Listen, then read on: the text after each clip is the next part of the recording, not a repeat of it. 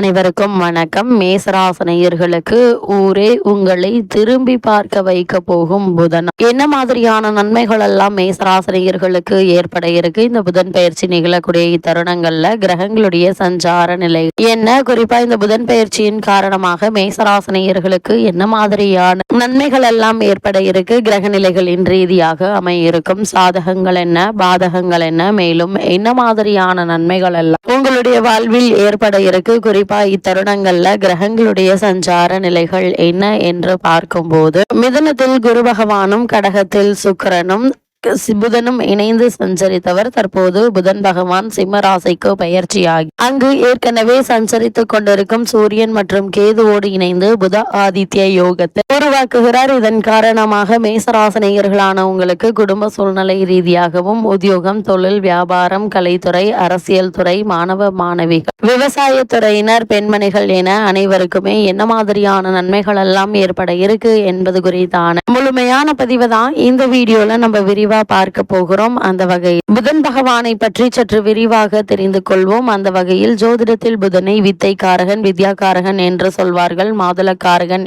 சொல்லும் வழக்கமும் உண்டு. அது மட்டுமில்லாமல் புதன் பகவானை பொறுத்த வரைக்கும் பொன் கிடைத்தாலும் புதன் கிடைக்காது என்று சொல்வார்கள். அதாவது இந்த இடத்தில் பொன் என்பது செல்வத்திற்கான அதிபதி குருவை குறிக்கும். ஜாதகத்தில் குருவினுடைய பலம் இருப்பதை விட புதன் பலமாக இருக்க வேண்டும் என்பதையே சூட்சமமாக குறிப்பிட்டுள்ளனர். அந்த வகையில் புதன் பகவானை பொறுத்த வரைக்கும் கல்வி, கலை, வித்தைகளுக்கு அதிபதி புதன் கிரகம். எந்த ஒரு விஷயத்தையும் கண்ணால் பார்த்தவுடன் அதை கையால் செய்வதற்கு புதனுடைய அனுகிரகம் வேண்டும். கற்றவர்களுக்கு சென்ற இடமெல்லாம் சிறப்பு. நன்கு படித்தவர்கள் கை நிறைய சம்பளம் வாங்குவதை கண்கூடாக பார்க்கிறோம். நம் வாழ்க்கைக்கு அடிப்படையான கல்வி செல்வத்தை வழங்குபவர் புதன் பகவான். அப்படிப்பட்ட புதன் பகவான் ஒரு விசித்திரமான கிரகம். செவ்வாயை போலவே புதனும் இரு அதிபத்திய கிரகமாகும். ஜோதிட ஆச்சரியமாக மிதுனத்தில் ஆட்சி பெறும் புதன் ஆட்சி வீடான கன்னி உச்சம் பெறுகிறார். மீனத்தில் நீச்சம் அடைகிறார். அறிவு, ஞானம் இரண்டிற்கும் இவரே அதிபதியாகி படிப்பறிவு, பட்டறிவு இரண்டையும் மனிதனுக்கு உணர்த்துகிறார். விஞ்ஞானம், மெஞ்ஞானம் இரண்டிற்கும் காரணமாக திகழ்கிறார். அப்படிப்பட்ட புதன் பகவானை நாம் எவ்வாறு வணங்க வேண்டும் என்று பார்க்கும்போது புதன் பகவானை பொறுத்தவரை புதன் கிழமை என்றில்லாமல் நவகிரக புதன் பகவானை இந்த நாளில் வேண்டுமானாலும் வந்து வணங்கலாம். நவகிரகத்தை 9 முறை வலம் வந்து மனதார வேண்டிக் கொள்ளுங்கள். வேண்டியதெல்லாம் புதன் பகவான் தந்தருள்வார் என்பது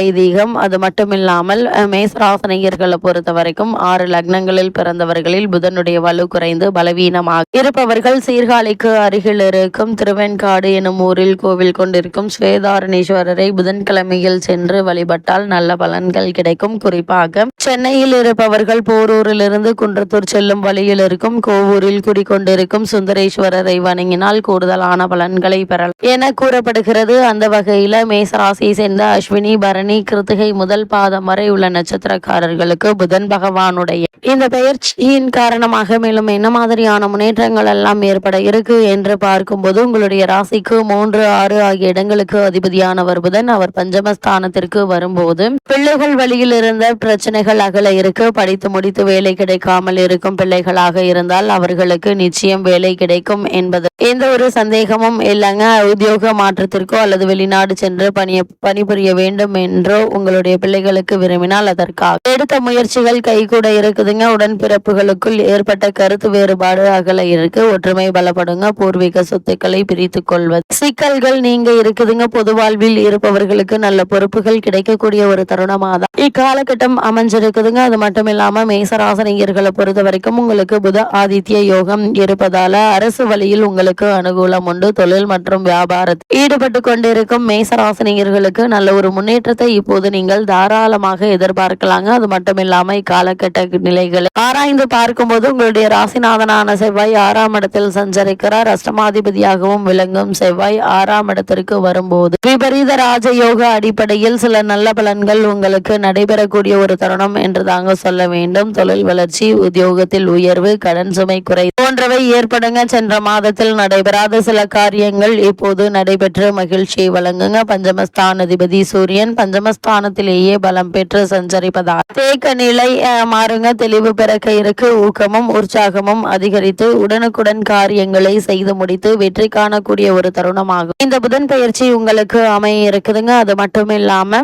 மேசராசனிகர்களை பொறுத்த வரைக்கும் புதன் பகவானுடைய இந்த பெயர்ச்சியின் காரணமாக ராசிக்குரிய செவ்வாய் 6ஆம் இடத்தில் இருப்பது ஒரு விதத்தில் அதிர்ஷ்டத்தை முன்னேற்றத்தையும் தரும் அமைப்பா அமைஞ்சிருக்குதுங்க. காரணம், இது விபரீத யோகமாக செயல்பட்டு எதிர்பாராத சில நல்ல விஷயங்களை பெற்றுத்தரக்கூடிய ஒரு கிரக நிலையா அமைஞ்சிருக்குதுங்க. அது மட்டும் இல்லாம மேசராசனியர்களை பொறுத்த வரைக்கும் தொழில் போட்டிகள் குறையுங்க. 5ஆம் அதிபதி புதனோடு இணைந்து ஆட்சி பெறும்போது ராசிக்கு பாக்கியஸ்தானத்தை குரு பார்ப்பதும் அற்புதமான நன்மைகளை வாரி வழங்கக்கூடிய ஒரு தருணமாக தான் இந்த புதன் பயிற்சியை அமைஞ்சிருக்குது. சனி ராகு இணைவு உங்களுக்கு லாபஸ்தானத்தில் இருப்பதால் எதிர்பார்த்த லாபம் நிச்சயம் கிடைக்குங்க. சுகஸ்தானத்தில் தனாதிபதியான சுக்கிரன் அமர்ந்திருப்பதால சுகங்கள் அதிகரிக்கும். ரியலிஸ்ட் துறைகள் சிறப்பாக நடைபெறுங்க. ஊதிய உயர்வு, பதவி உயர்வோடு கூடிய இடமாற்றம் கிடைப்பதற்கான சாத்தியக்கூறுகள் நிறைந்த ஒரு தருணமாக தான் இக்காலகட்டம் அமைஞ்சிருக்குதுங்க. இவ்வளவு நாட்களாக குடும்பத்தில் ஏற்பட்டு வந்த சண்டை சச்சரவுகள், அபிப்பிராய பேதங்கள் நீங்கி குடும்பத்தில் நல்ல ஒரு ஒற்றுமையை இப்போது நீங்கள் தாராளமாக எதிர்பார்க்கலாம். சொத்து சம்பந்தமான வழக்குகள் இருந்துச்சு அப்படின்னா அந்த வழக்குகள்ல சாதகமான தீர்ப்பினை நீங்கள் இப்போது எதிர்பார்க்கலாம் என்பதை கிரகநிலைகள் மீண்டும் மீண்டும் தெளிவுபடுத்துதுங்க. இருந்தாலும் கூட இந்த புதன் பயிற்சி நிகழக்கூடிய இத்தருணங்கள்ல என்ன மாதிரியான விஷயங்கள்ல நீங்கள் கவனமாக இருக்க வேண்டும் என்று பார்க்கும்போது உங்களுடைய ராசிக்கு 5இல் கேது அமர்ந்திருக்கிறார். சிந்தனையில் தெளிவு தேவைங்க. அது மட்டும் இல்லாம கூட புதன் இருப்பதால் அவசரப்பட்டு பல காரியங்களை செய்ய வைக்கும். அதனால் தடாலடியாக எந்த ஒரு முடிவையும் எடுக்காமல் பொறுமையாக நிதானமாக ஆழ்ந்து யோசித்து முடிவெடுப்பது நல்லது. தவறான தகவல்களை பகிர்ந்து கொள்ள வேண்டாம். நீங்கள் உங்களுடைய வேலை உண்டு என்றிருந்தாலே போதுமானதாக அமைகிறதுங்க. பூர்வீக சொத்தில் விஷயத்தில் குழப்பங்களும் கருத்து வேறுபாடுகளும் ஏற்படலாம். அதனால் அதிக கவனத்தோடு எச்சரிக்கையோடு இருப்பது அவசியம் என்பதை கிரகநிலைகள் மீண்டும் மீண்டும் தெளிவுபடுத்துதுங்க. அது மட்டும் இல்லாம மேசராசனியர்களை பொறுத்தவரைக்கும் இந்த புதன் பயிற்சி நிகழக்கூடிய தருணங்களை பொறுத்த வரைக்கும் புதன், செவ்வாய், சனி மற்றும் ராகு ஆகியோர் உங்களுக்கு அனுகூலமாக சஞ்சரிக்கிறாங்க. மற்ற கிரகங்களினால் நன்மைகள் எதுவும் ஏற்பட வாய்ப்பில்லைங்க. திட்டமிட்டும் சிக்கனமாகும் செலவு செய்வது உங்களுடைய எதிர்கால வாழ்க்கைக்கு நல்லதுங்க. அது மட்டும் இல்லாம இந்த தருணங்களை பொறுத்த வரைக்கும் குறிப்பா இந்த புதன் பயிற்சி நிகழக்கூடிய இத்தருணங்கள்ல வரவை காட்டிலும் செலவு என்பது சற்று அதிகமாக தாங்க இருக்கும். இருந்தால் எதிர்காலத்திற்கென்று சற்று சேமித்து வைத்துக் கொள்வது மிக மிக நல்லது என்பதை கிரகநிலைகள் மீண்டும் மீண்டும் அறிவுறுத்துது. மேசராசியை சேர்ந்த உத்தியோகஸ்தர்களுக்கு காரணமே இல்லாமல் உங்களுக்கு மறுக்கப்பட்டு வந்த பதவி உயர்வு, ஊதிய உயர்வு, உத்தியோகத்தில் கிடைக்க வேண்டிய சலுகைகள் ஆகியவற்றை தற்போது நீங்கள் தாராளமாக எதிர்பார்க்கலாம். புதிய வேலைக்கு முயற்சித்து வரும் அன்பர்களுக்கு மனதிற்கு திருப்தி அளிக்கும் வேலை கிடைக்குங்க. வெளிநாடு சென்று பணியாற்ற வேண்டும் என்ற ஆர்வம் இருந்துச்சு அப்படின்னா இப்போது அதற்கான முயற்சிகளை நீங்கள் தாராளமாக முயற்சிக்கலாங்க. நிச்சயம் வெற்றி கிடைக்கும் என்பதில் எந்த ஒரு சந்தேகமும் இல்லைங்க. அதே போல் தொழில் மற்றும் வியாபாரம் செய்பவர்களுக்கும் கூட நல்ல ஒரு லாபம் ஏற்பட இருக்குது. மேசராசினியர்களுக்கு இந்த புதன் பயிற்சி நிகழக்கூடிய இத்தருணங்கள்ல கிரகநிலைகளின் ரீதியாக கூறப்படும் பரிகாரம் என்ன என்று பார்க்கும்போது சனி மற்றும் புதன்கிழமைகள்ல வீட்டில் அருகில் இருக்கும் பெருமாள் ஆலயத்திற்கு சென்று நெய் தீபம் ஏற்றி வைத்து வழிபடுங்க. எண்ணற்ற நன்மைகள் உங்களுடைய வாழ்வில் ஏற்படும்.